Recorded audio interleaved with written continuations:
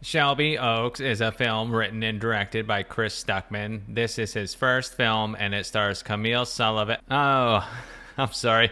I was doing my Stuckman impression. I just got out of the theater watching Shelby Oaks, and I can officially say I got Stuckmanized. Yeah.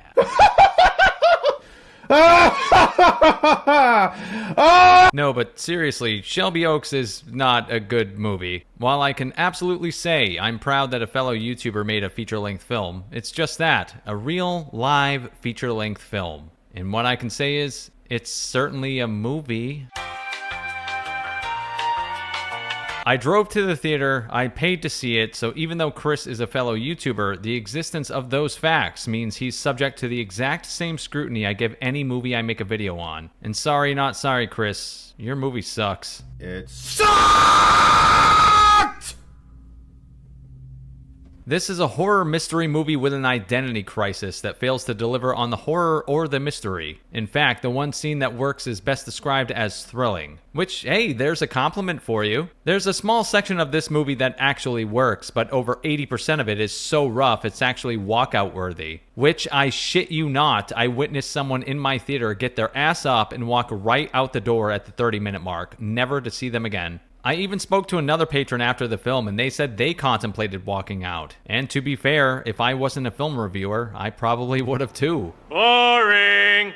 It's definitely not a great thing to hear laughter during moments of drama in the film, but that's what you get when it's a movie that takes itself this seriously but fails to deliver. I can see refunds being dished out for this one. Horrible acting, terrible writing, and mediocre direction are the flavors of the day. But hey, at least there's one good scene, right?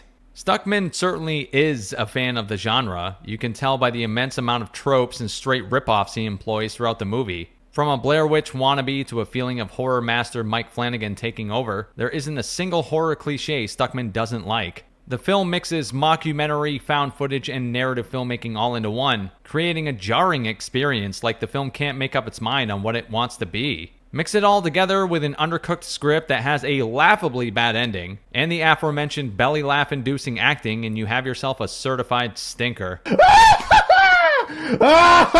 Let's go over the story real quick so you guys have some context. Spoilers ahead, but trust me, there's not much to spoil. It's a very simple, straightforward movie, and I mean straightforward, because this thing is linear as all hell. The story of Shelby Oaks. The film is a tale of two sisters, with one disappearing for over a decade while the other one holds up hope of finding her. The soon-to-be lost sister, Riley, is a member of the Paranormal Paranoids YouTube channel, where they scope out locations for, you guessed it, anything paranormal. She's had visions of something following her since childhood, so a YouTube career as a ghost hunter became her natural next step. The film opens with a mix of found footage and mockumentary as described, bouncing back and forth between Riley's last known location, where she disappears from a room in a cabin she's staying in an abandoned town of Shelby Oaks, a town that lived as long as it did due to an amusement park or some shit, because that keeps things alive.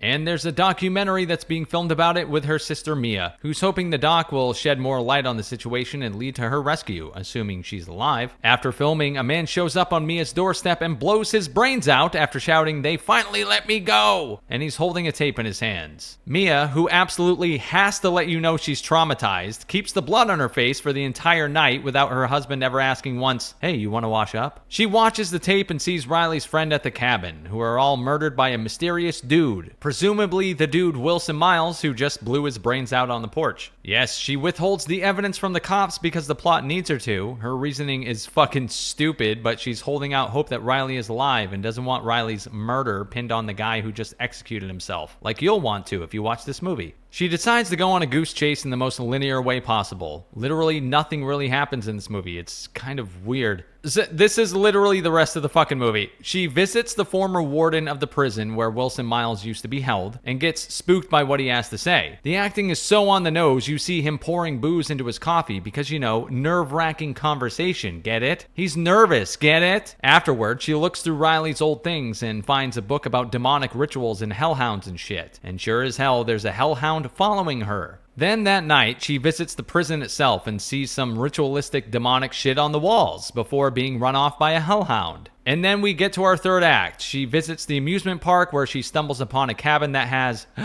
demonic shit in the front yard. She's invited in by the lone occupant named Norma, who reveals herself to be Wilson Miles' mother. And upon demand, she hands Riley right over to Mia, who she had locked up in her basement. Turns out, Wilson had impregnated Riley, and after doing some ritualistic shit with the baby, Norma apparently dies or something, and Mia walks out of the cabin with her long-lost sister. Later, Riley tries to kill the baby because it's demonic, but due to Mia's infertility issues, she's got baby brain and refuses to let her. So she yeets her sister out the fucking window, and the hellhounds come running and eat Riley alive. You no good damn bitch. Then the demonic incubus thing infects Mia, and that's it. That's the end. That's the fucking movie. What the fuck? You're lying to me! You're lying to me! I normally tear into the writing first and foremost, but the acting is so horrible in this movie, I have to touch on that first. Seriously, the acting in Shelby Oaks is a fucking horror movie all on its own. Camille Sullivan, playing Mia Brennan, somehow manages to make grief, fear, and confusion all look exactly the same, like someone trying to remember their next line, pretending to have emotions. Her performance is so wooden, you can build the cabin in this movie out of it. You could build a fucking church. Christ, the child actress playing young Mia shows more range in 30 seconds than Sullivan does in 90 minutes, which is not a great look for your lead. And Sarah Dern as the missing sister Riley fares only slightly better, emphasis on slightly. Her found footage sequences reek of YouTuber acting for the first time, complete with awkward pauses and horror movie shrieks that sound like someone stepped on a Lego or something. She gets a pass near the finale when she's rightfully unhinged, where the actress actually feels alive for the first time.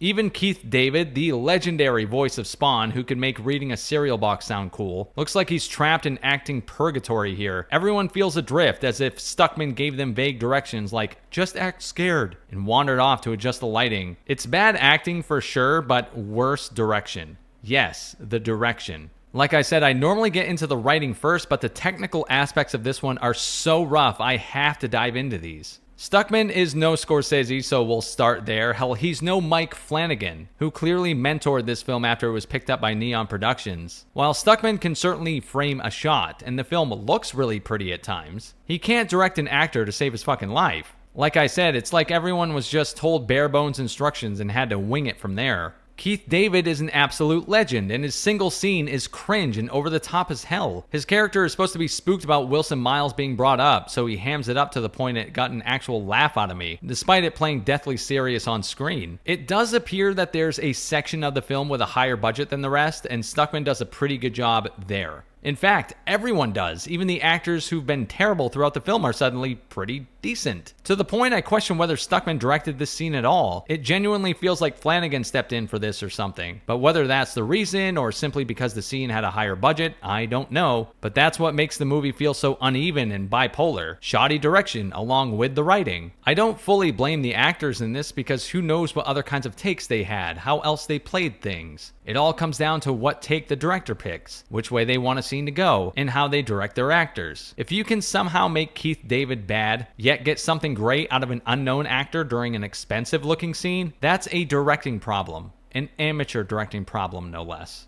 Something Stuckman does right is nail the spooky bits. He understands jump scares, and the expensive looking scene has some real tension and is genuinely unnerving. However, one single scene does not make up for a movie that's something like 90% walkout worthy. And if there were an award for most horror cliches stuffed into 90 minutes, Shelby Oaks would sweep every fucking category. Like a fat kid on Halloween, Stuckman raids the horror grab bag. Jump scares, shaky cam, whispering voices, demonic mumbo jumbo, you name it, he's got a scene for it. He's got every trope known to man, and none of them are used better than the last 10 movies you've already seen, who did the same damn thing. This thing just constantly reminds you of better movies. It's a serious problem. You can practically feel him worshipping the Blair Witch Project. This movie clings to that film like it's paying rent. Every shaky cam, the long shots, each character holding a camera instead of a fucking clue. It's textbook imitation. To his credit, Stuckman does manage one scene that actually lands, the cabin sequence with Norma. I've mentioned this multiple times already because it's the only positive I've come away with. It's the only time the movie feels unpredictable, like something genuinely sinister could happen. Norma's off-kilter energy makes the scene uncomfortable in the right way, and for a brief moment, it's almost easy to forget the rest of the film is cosplay horror. But that moment fades fast. Once the scene ends, it's right back to the cinematic recycling bin. Shelby Oaks doesn't subvert horror tropes, instead collecting them like Pokemon cards, and not even the shiny ones. And now for the main course, the writing. The writing in Shelby Oaks trips and absolutely face plants, breaks its nose, and bleeds all over the floor before the movie even warms up.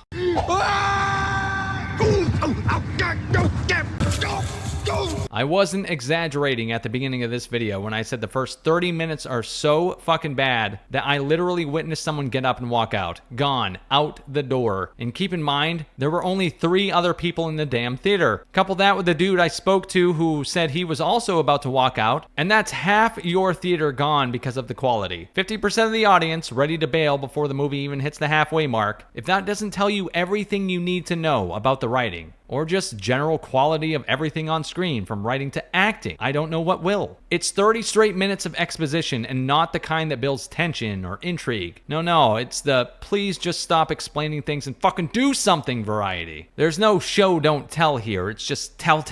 Like Stuckman thought we wouldn't get it unless every plot point was spoon-fed with a side of baby food. The film keeps awkwardly switching between mockumentary and found footage for the entire first act, which makes it feel like 2 bad movies fighting for control of the same script. It's like he filmed every horror subgenre he's ever seen and hoped something would work. Spoiler alert, none of them do. And then somehow, against all odds, the ending manages to be even worse. It's like Stuckman was sprinting toward the finish line with a decent setup and just said, fuck it. When Riley gets eaten by the hellhounds, it comes completely out of nowhere and plays like a deleted scene from a scary movie sequel. I laughed out loud. Not a chuckle, not a heh. I mean full on fucking cackled.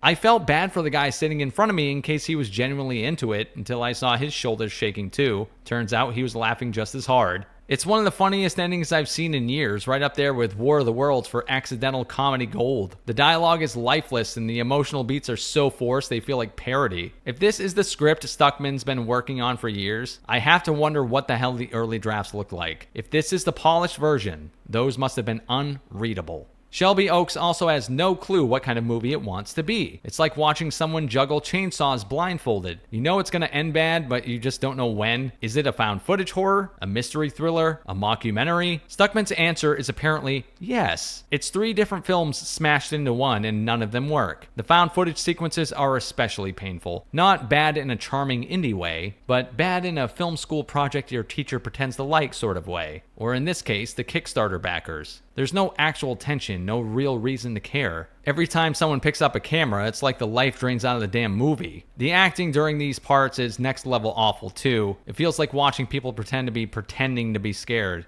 Then there's the mockumentary side, which somehow manages to be worse. The actors recite lines like they're reading cue cards for a hostage video, and it's where 90% of the exposition lives. Every line feels like a paragraph of Wikipedia text disguised as dialogue, just lifeless and completely unconvincing. They easily could have made it feel like an authentic documentary, but instead it just comes across as a parody of itself. Ironically, the only thing that kind of works is the straight linear storytelling, and I don't say linear as a compliment. It's basic and predictable, but at least it's coherent. And yes, that one cabin scene I keep mentioning is still the MVP. But hey, credit where it's due. At least we get to know the characters. That's honestly some of the better writing in Shelby Oaks, and I'm being generous here. It's all painfully on the nose, sure, but there's something to actually latch onto, which is more than I can say for the rest of the movie. Stuckman clearly wanted to give Mia and Riley arcs with emotional depth, and on paper, he kind of does. Mia's infertility subplot, for example, is clumsy, but at least coherent. It actually pays off by the end, even though that payoff happens during one of the most unintentionally hilarious finales in recent horror memory. Still, the motivation makes sense, even if the execution makes you want to laugh and cry at the same time. Riley, on the other hand, is the more interesting character by concept alone. Being haunted by a literal incubus her entire life explains her obsession with the paranormal, and we understand why she'd join a ghost hunting YouTube channel. With all that said, understanding a character and feeling anything for them are 2 very different things, and Shelby Oaks never clears that second hurdle. Instead, it trips over it and you kind of point and laugh. Everything is so contrived that even the good moments feel like accidents. Case in point, the movie's big reveal hinges on a conveniently placed book that just happens to contain every answer Mia needs. Yeah, that's technically showing instead of telling, but it's so telegraphed it might as well have neon lights flashing, "Read me for plot." Still, it's something, I guess. For this movie, something feels like a victory. And that's Shelby Oaks, a movie nearly a decade in the making, born from a $1.4 million Kickstarter campaign in 2022, and eventually scooped up by Neon, who threw in extra money for reshoots that amp up the gore. And did that pay off? Sure, you can literally see where every dollar went, into that one single cabin scene. It's the only part of the film that feels alive, and it's been plastered all over the trailer, so congratulations, you've already seen the best Shelby Oaks has to offer. The rest is a mess of half-baked ideas and full-blown incompetence, stitched together into a movie that mistakes ambition for quality. Even the most positive critics sound like they're writing condolence cards. Hopefully this leads to better things. Directed with confidence that could lead to better things. Translation, this ain't it, Chief. So is Shelby Oaks worth your time? Only if your curiosity is stronger than your patience. If you can survive the first 30 minutes of awkward acting and exposition dumps, you'll get one genuinely cool scene amid about 80 minutes of regret. And look, I respect Stuckman's passion. I respect the grind. But passion doesn't equal talent, and fan-funded pity doesn't make a good movie. Shelby Oaks isn't some misunderstood gem or anything like that. It's a well-funded fan film that got way too big for its own good. And if that pisses people off, well, fuck it. Good. At least someone feels something. GG's.